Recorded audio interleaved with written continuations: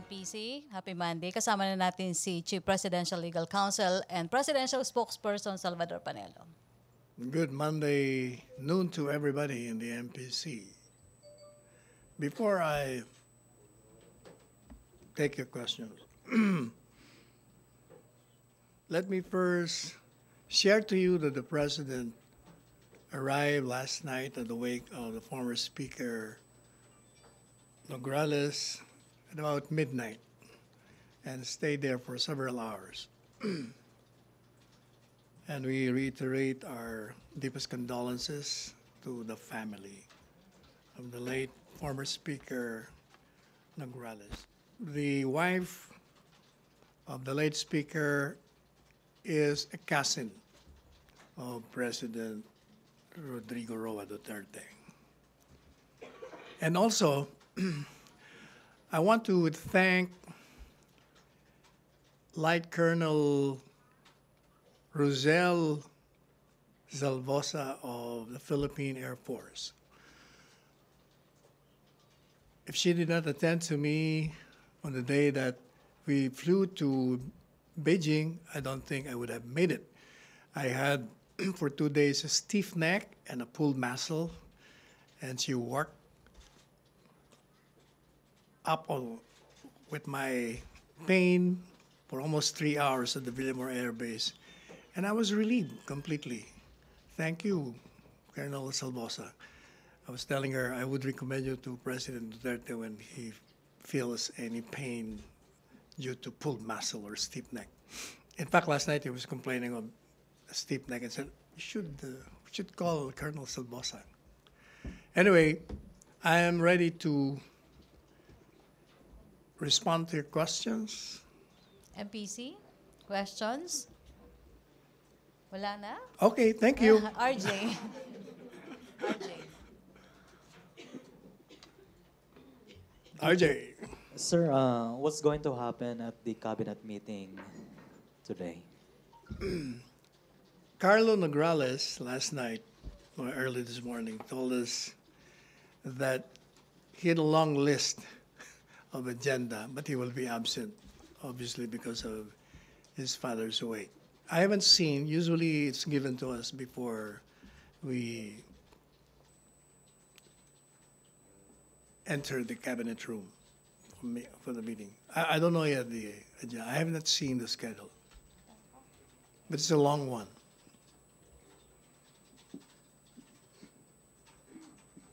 Questions? Maricel Halili. Hi, sir. Good morning. Sir, there have been complaints about some Chinese restaurants or establishments na hindi daw tumatanggap ng mga Filipino customers because exclusive daw for Chinese nationals. How do you plan to address this, sir? Well, we have to investigate that, if that is true. We cannot allow that to happen. They cannot be discriminating against Filipinos. Because, It's sir, a public business, and therefore it should cater to all. kasi sir, si Senator Panfilo Lacson is calling on government agencies para daw sa closure nitong mga establishments na ganito. Do you agree to his call? We have to investigate first to the truth of the report. We will ask Secretary Bello to conduct an investigation on the same. And I think one of his concerns pa ay yung pagsama daw po ng mga Chinese businessmen sa mga SMEs kasi Mga ano? small SM? and medium enterprises, sir. Kasi parang it's okay daw to invest in the country if it's billions of investment kasi it will help the economy. But he doesn't think that it's good na maging involved pa sila sa SMEs dahil nagiging competition pa sa ordinary Filipino businessman. Do you see a logic to this, sir? We will address that concern to the Secretary of the Department of Trade, to Secretary Mon Lopez. Thank you, sir. Questions? Cedric, walang tanong? Ina? Uy, nasa si Joseph? Si Cedric. Missing in Si Joseph ka ako. Missing in action. Questions? MPC, wala na tayong... RJ ulit. Sir, in your interview with CNN this morning, Yes. you cited telecommuting as an excuse for President Duterte's absence for 5 days. Telecommuting, work from home. Yes, he's working. He work at home. Is that... Haven't you work at home? Yeah. Is that particular law, which is telecommuting, applicable to the president? No, I was just citing that law so that you don't have to ask why a particular person is working But at home. But that's not the reason. The reason is he wanted to focus on his work.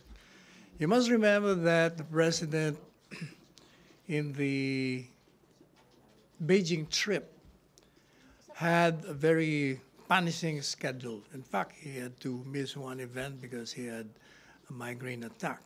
And after that, he had to attend to several meetings. And then when he arrived in Davao, immediately there was this palarong pambansa again.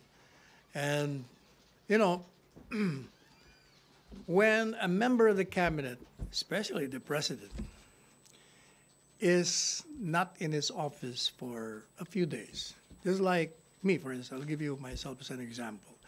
I receive about 25 to 50 documents a day, which I have to finish on that very day. If you're not there for 3-4 days, matatambakan ka.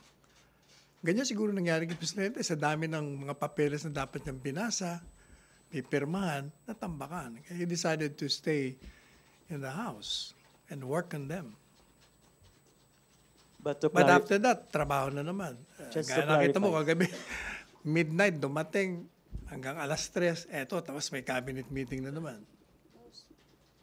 But just to clarify, The only sir, reason why pinakita niya yung picture na watching siya at saka nagbabasa ng diaryo at the same time, para ma-ease yung concern na may sakit siya. Ibig sabihin, okay ako.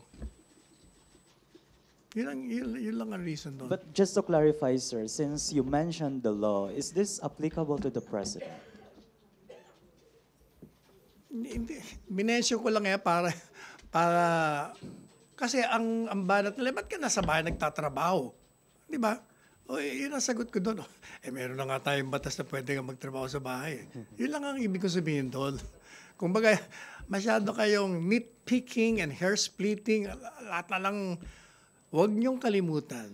Don't forget that the satisfactory rating of the president is the highest since 1989. Ibig sabihin, yung pamamaraan ng kanyang pamamalakad sa paghawak ng poder ng kapangyarihan ay kontento ang ating mga kababayan at na-appreciate nila ito.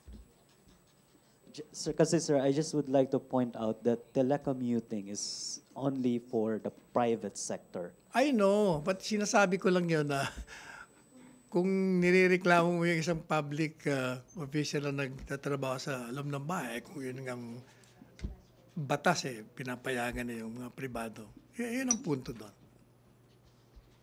Cedric. Sir, follow up po, sir. Sir, can you give us a glimpse into the typical Yung work? alin, yung alin? Glimpse po, sir. Can you give us a picture of the typical work schedule of the president when he works at home, sir? What time does he wake up? How many hours does he work? Si Presidente, as you know by now, he works at night. Pag nagigising yan ng mga... Kasi he usually sleeps at either 6 o'clock in the morning or 7. Depende pa sa trabaho yan. Kung mas marami pang hindi siya natatapos, na-extend pa. But he sleeps 8 hours a day. 8 hours naman siya. Ever since yun ang kanyang work ethic and lifestyle since he was a mayor. Questions? Chona?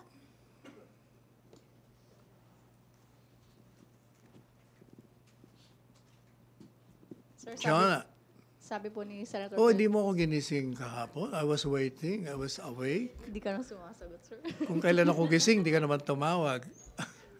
Sir, sabi po kahapon ni Senator Trillanes, tamad and parang hari daw si Presidente. Hindi siya binabayaran ng taong bayan para manood ng Netflix. Oh, I'm sure he was referring to himself.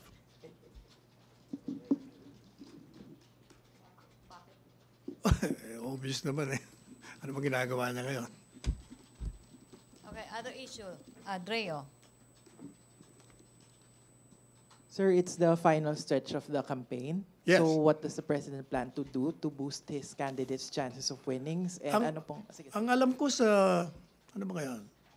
Thursday, meron sa Davao. Malaking rally. Siguro, parang yun yata yung last speech niya for the election season. Yun ang alam kong schedule niya. Hugpong. Pero darating siya. And meron siya sa Bohol. By the way, sa Bohol. Wednesday. And then meron pa yata siya. Most likely sa the following day sa Davao. Wednesday yung yung Bohol. And then Thursday naman yung sa Hugpong. Most likely, atin siguro siya doon dahil nandun na siya sa Davao at that time. Hindi. Ang alam ko, he's attending. baka ng PDP. Basta alam ko merong rally din sa sa Webes. Hindi ko lang alam kung meeting the advance yun. Sir, what does this election mean for the President and how crucial is it for him to place his allies in the House and in the Senate? Well, every election to a president means something to him because those who will be elected in the Congress will have to be partners in the administration of the government. Kaya mas magandang yung mga naroon ay yung tutulong sa kanya. And yung mga ini-endorse niya, ang feeling niya ron, these are the people that can help me pursue a goal towards uplifting the lives of our countrymen.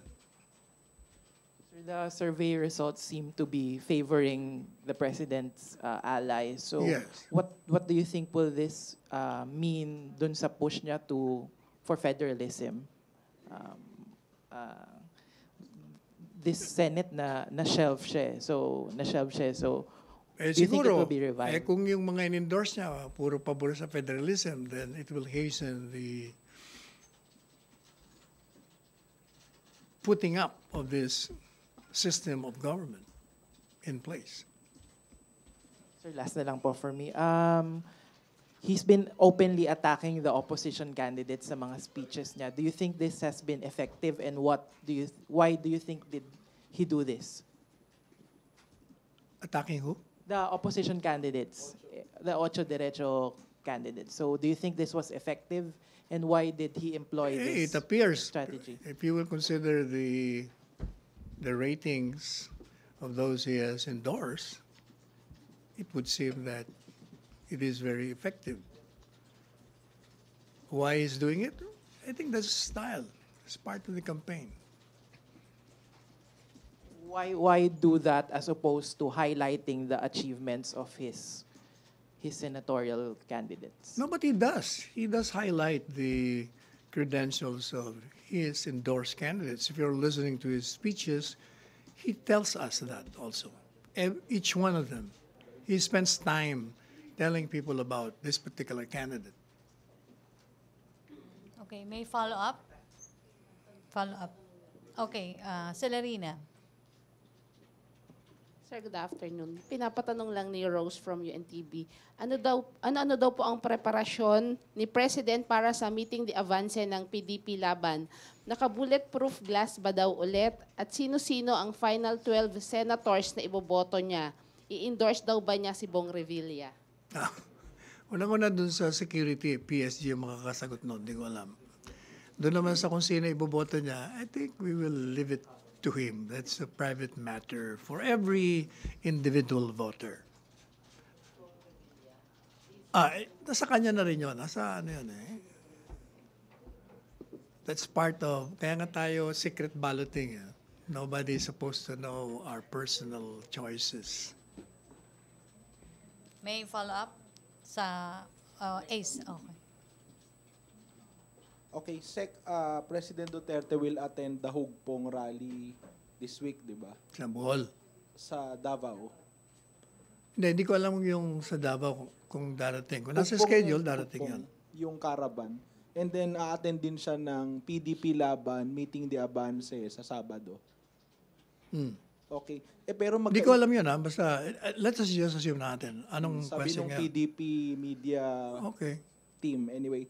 Pero magkaiba yung lineup nun nung senatorial lineup nung Hugpong tsaka nung PDP, although may overlaps, merong common pero meron ding magkakaiba. So sino ba talaga yung 12 ine-endorse ni Presidente? Yung sa PDP ba o yung sa Hugpong? Paano natin i-explain yung dynamics na yun? So, Well, in-explain ko na yun noon. Ang ibig lang sabihin noon, malalim parang sa basketball, may deep bench. In other words, binibigay ni Presidente, sa taong bayan pa rin ang ultimate choice. Basta ito, okay sa akin itong mga ito. Kahit sino rito, kung manalo man, okay sa kanya. lahat yun, ine-endorso ni Presidente. Yung Hugpong at saka yung PDP. Hindi, kung sino lang, sino yung mga binanggit niya. Para sa kanya, yung mga binabanggit niya, yun ang kanya mga ini-endorse.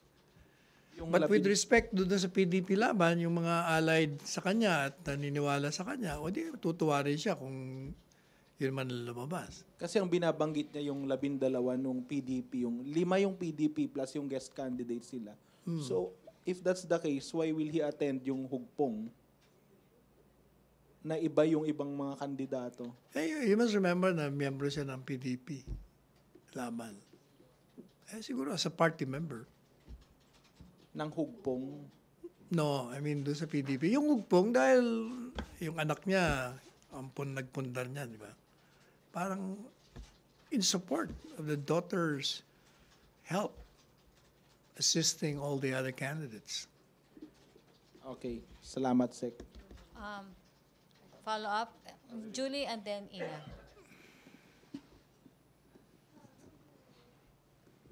Hello, sir. Over the Yes. weekend, the El Shaddai endorsed 14 senatorial candidates, 10 of which are from the administration. How does the palace take the endorsement coming from the El Shaddai? Well, El Shaddai has its own reasons for endorsing candidates, and we always respect whatever endorsement other groups will provide. Is the palace pleased that the El Shaddai endorsed at least 10 of the administration senatorial candidates? Siyempre, kung in-endorse yung in-endorse mo, siyempre matutuwa ka. Natural lamang yan. Kung hindi kasama, you have also no reason to be sad or to feel bad. Yun ang demokrasya natin. Kung sinong gusto mong endorse, you're free to do so. Sir, given that many of the administration candidates are in the lead in the Are in the lead in the pre-election Yes. service, do you think that the endorsement of the El Shaddai will be, I don't know, a big factor in the elections, or are you confident that even without an endorsement coming from this religious group, mananalo pa rin yung mga PDP laban candidates? Actually, there is no, I don't know if there is a scientific statistical study on the effect of the endorsements of certain religious groups or persons. Wala pa eh. So, hindi natin alam. Ultimately, Pilipino pa rin na magde-decide kung it will affect them or influence them or persuade them to vote one way or the other with respect to senatorial candidates or members of Congress. Thank you, sir. Okay, Ina. Sir, in relation to Ace's question earlier, because sir, dun sa PDP slate, the President earlier said that is his slate, yung 12. Hugpong has 3 candidates, which he also mentioned before, he is not endorsing. These are Bong Revilla, Jingoy Estrada, and Jiggy Manicad. So with his attendance doon po sa hugpong meeting de Avance on a Thursday, what does that say about his position on the bids of these It three means it is candidates? a courtesy to the organizers. His presence would be deemed as a courtesy to them if he was invited to grace the occasion. But it does not mean that he's suddenly changing his mind and backing the candidacies of the three I mentioned. Unless he makes a specific announcement on that particular campaign. So hindi natin alam. Thank you, sir. Okay, other issue. Tina Marali. Sir, good afternoon po. Sir, napaabot na po ba kay Presidente yung suggestion na extended holiday din po yung the day after the elections to ensure na wala pong problema daw po sa power supply when the canvassing of votes happen? I have no info on that. Wala mo siyang binanggit kanina. Could it be Madaling araw. possible, sir, na ma-take up po kaya sa cabinet meeting? Hindi ko alam kung ano. If somebody raises it, but should be the Commission on Election that should decide that. Okay, sir. Thank you po. Raymond Tinasa. Microphone, Ina. Ayan. Balikan, sir, good afternoon. Sir, balikan ko lang yung exclusive Chinese restaurants or mga stores. But, di ba, so it's clear naman na labag yun sa batas. So, for example, any ordinary civilian would encounter such exclusive Chinese restaurant. Can he or she do something, like for example, assert his right going inside the restaurant or engage the owner of the exclusive Chinese restaurant? The better step or thing to do is to file a complaint. You engage the owner or try to force yourself, you will only trigger a fight. And can you siguro urge the LGUs concerned kung nasaan yung Chinese restaurant to do their mandate to implement closure ASAP kung merong ganong reports sa kanilang area? There is a complaint and they validate that it has violated the law, then it should. LGU should do their job. Thank you, sir. Okay, questions, MPC? Virgil. Tawag ang mic. Ay, sir, in relation lang din sa question ni Tina, may proclamation na ba si Presidente declaring May 13 as a holiday? Kasi kailangan pala ata ng presidential proclamation para walang pasok sa election day. Kung wala pa, I'm sure Is it magkakaroon. forthcoming? Definitely, kung kailangan nun. Siyempre, i-issue.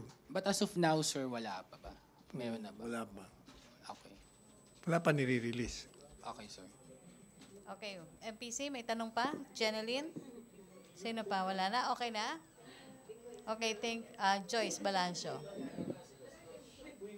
Sir. Sir, were you with the president last night? During the week? Were you with the president? Yes. Okay, so were you able to ask him about the letters of dismissal? Hindi namin na pag-usapan. Okay, sir, any update na lang, sir, doon? Mamaya siguro, we can... It will be tackled during the cabinet meeting? I don't know if it will be tackled, but I'll ask him definitely. Kung Sir, sino yon at kung kailan at kung meron. Sir, any update then sa MWSS report? Wala pa nga. I'll ask him mamaya before the cabinet meeting starts or during the break. Kung wala sa agenda. Okay, Chona. Sir, since you were with the President last night, did you ask him about the matrix doon kay Bicoy? Hindi namin napag-usapan. We were talking more on the disease. Na? What disease po? Disease. Yung kay... Si former speaker, yun ang pinag-uusapan doon. Alam mo sa wake, yun ang palagi pag-uusapan mo, yun tungkol sa buhay nila. You did not ask him, sir, about the... No, I felt it was inappropriate for me to touch on any issue outside of the wake. Okay, no more questions, MPC? Okay na, thank you, Secretary Panelo. Thank you. Thank you, MPC. Back to my studio sa Radyo Pilipinas and People's Television Network.